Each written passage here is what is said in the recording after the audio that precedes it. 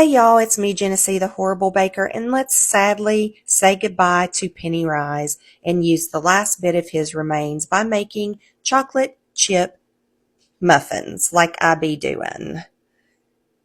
Whoa. We preheat the oven at 425 and begin by lining our muffin tin with the tulip liners.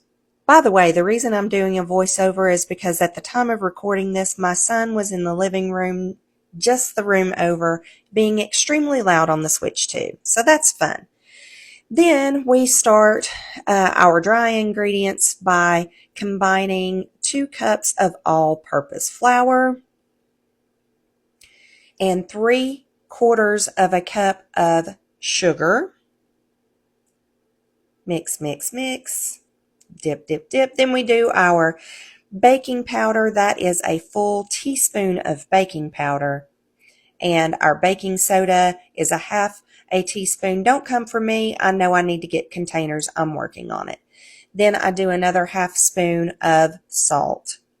Once that's all in there, we whisk it together to get well combined before we add our chocolate morsels. I normally measure with my heart, but I went by the recipe and did 1 cup. We mix all of those up into the dry ingredients and then we start on our wet.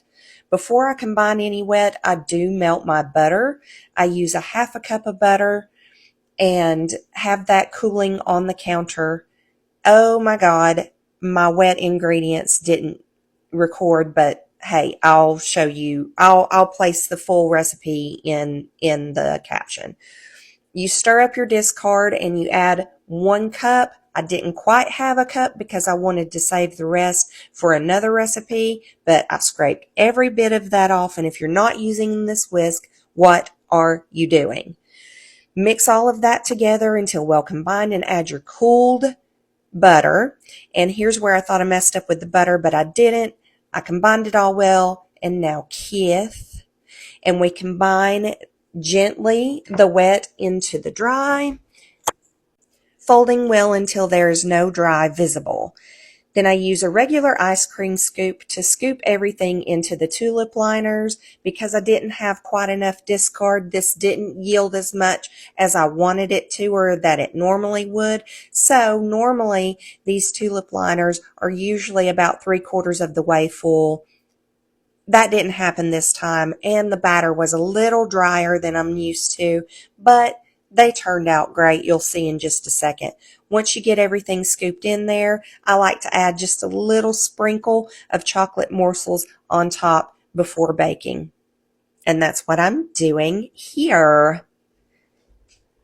Hi, kitty. And then you put them in the oven at 425 for 5 minutes. Once that goes off, you do not open that oven door and you lower the temp to 350 and continue cooking for 18 minutes until they come out looking golden and gorgeous and delicious like that. Yum.